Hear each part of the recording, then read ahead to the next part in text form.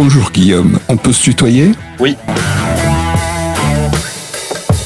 Tu es plutôt expresso ou plutôt thé ? Je suis plutôt café allongé, en vrai. Je suis pas un vrai homme viril de ce côté-là. J'adore les expressos et j'avoue que je tourne sur pas mal de café allongé. Le dernier album de musique qui t'a marqué ? Jacob Collier sur NPR, c'est pas un album, c'est une espèce de concert à la maison. C'est impressionnant, c'est quelqu'un qui fait de la musique phénoménale. Mais après, je suis assez pointu en musique, vu que j'en fais déjà, et que j'écoute des choses que généralement les gens connaissent pas trop. Voilà. Autrement, il y a Flume que j'aime bien en musique électronique aussi. Et puis Mutt, ça c'est un peu connu. C'est un groupe de bandas qui fait un peu de musique électro. C'est très très bien. Mais Jacob Collier, oui. Le dernier bouquin qui t'a plu ? Oui, le champignon noir. Ça parle de Oui, non, je déconne. C'est le dernier bouquin qui m'a vraiment plu. Il y en a eu deux. Il y a eu une série de romans de Robin Hobb qui parlait de l'assassin royal, de dragons, de plein de choses comme ça. Un bouquin qui m'a beaucoup marqué. Ça s'appelle Pour en finir avec Dieu de Richard Dawkins, qui a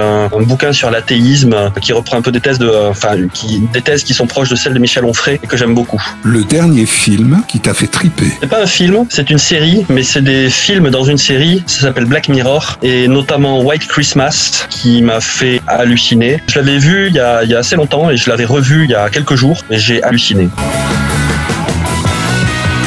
Le liquide dont tu es le plus fier ? Il y en a deux. Il y a Invoque et Caravansérail. Et ce sont pas les liquides qui se vendent le mieux. Ce sont des liquides un petit peu particuliers. Le Invoque, c'est un tabac pruneau, bois de chêne. Au final, j'ai des goûts un petit peu gourmands, un petit peu empyromatiques, un petit peu torréfiés. Pas trop torréfiés, mais un peu dans ce truc-là. Et le Caravansérail, c'était venu avec un de mes employés. On était dans un bar à un Vape Expo. On avait goûté une espèce de panna cotta avec de l'ananas, des gâteaux, etc. Et puis il y avait un petit goût qu'on a cherché longtemps qui était de la cardamome. Et du coup, j'avais créé ce liquide qui était donc crème, ananas, pas mal de vanille, du biscuit et de la cardamome. Et c'est des liquides qui sont très appréciés par ceux qui les aiment et qui sont pas mes meilleures ventes parce que les meilleures ventes c'est plutôt les tabacs, les fruités, les mentholés. Quel jus aurais-tu aimé créer ? Le Bobas Bounty. Seul sur une île déserte, tu as 3 jus. Lesquels ? Le pâte sablé de Mamie Huguette que je vape souvent, un que j'ai fait, le Bobas Bounty et le Invoque. Ton setup actuel, c'est quoi ? C'est de la merde. J'ai souvent des setups très mauvais pour avoir un côté un petit peu ascète, pour ne pas m'extasier sur mes créations. Je crée tout le temps des liquides, c'est-à-dire que depuis 6 ans, 7 ans, quasiment tout ce que je vape sont des essais. Et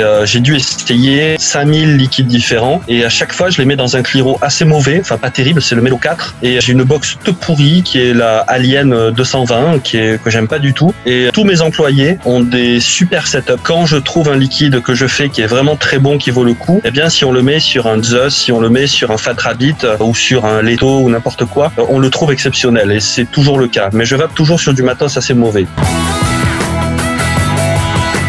Ce qui te plaît dans l'industrie de la vape. Ce qui me plaît, pour être très précis dans l'industrie de la vape, c'est que c'est une espèce d'anarchie productive qui marche. C'est-à-dire que il n'y a pas de hiérarchie véritablement, pas par rapport à l'État. Il y a des lois, ce n'est pas l'anomie, c'est une anarchie. Mais c'est une anarchie dans le sens où on est encore un petit peu libre par rapport à l'État. On a beaucoup de créativité, beaucoup de transversalité. La FIVAP en est un exemple, mais ça marche. C'est productif, ça marche et ça n'a pas empêché de faire de la qualité. Ça me rappelle un petit peu à l'époque des hippies, la fameuse Maison Bleue de Maxime Le Forestier, quand il parlait de ça, il y avait un hôpital qui s'était créé, qui était autogéré par des médecins, qui était gratuit et qui marchait du feu de Dieu. Et c'est un hôpital fait par des médecins dans un mouvement hippie, quoi. Donc c'est ça qui me plaît dans la vape. Parle-nous de ton actu en cours. Qui vont sortir bientôt, mais ce qui est sorti il y a pas très longtemps, c'était un ensemble de 15 jus que j'avais créé qui s'appelle Mix Ma Dose. Certains jus qui ont été évalués par le vapelier, c'est différents jus qui se veulent assez simples dans le nom, dans l'étiquette, mais en fait qui sont assez élaborés. Pour faire une mangue, j'utilise 4 mangues différentes, plus du cédra, plus des choses comme ça, mais ça va s'appeler tout simplement mangue turpentine ou litchi pays, etc. pour faire du litchi. Mais c'est des liquides qui sont assez complexes dans la fabrication, mais assez simple dans le résultat. J'ai voulu m'approcher d'un goût défini et qui sont destinés à être mélangés en fait. Par exemple, on peut mélanger le pâte sablé de Mamie Huguette avec le chocolat suisse au lait et ça c'est excellent. Ça c'est ce que j'ai créé il y a pas très longtemps. Un petit scoop sur ce qui est à venir. Je suis sur 8 nouveaux liquides. Il y en a 4 qui sont déjà validés. Vu que je suis pas graphiste, je fais les étiquettes peu à peu. Enfin, c'est pas moi qui les fais d'ailleurs, mais je vais peut-être les faire. Il y a beaucoup de choses en fait qui sont en scoop. Je vais sortir sortir des boosters en CBD pour mes magasins. Je vais faire 8 liquides. Il y en a un qui va s'appeler sans doute 31 arômes. Il y aura 31 arômes dans ce liquide, dont des naturels. Voilà. Je veux pas trop en dévoiler, mais ces jus sont particulièrement réussis et j'ai pas envie d'en dire plus, mais ça sera très bon. La question à laquelle tu n'aurais jamais répondu. Est-ce que les radis poussent dans le vide? Non, il y en a une autre, peut-être. Ouais. Si on me demande de choisir entre taxer la vape ou me mettre un pli dans le cul, je dis oui, celui sans l'épée. Voilà. C'est ça. Merci beaucoup, Guillaume. De rien. Merci à vous.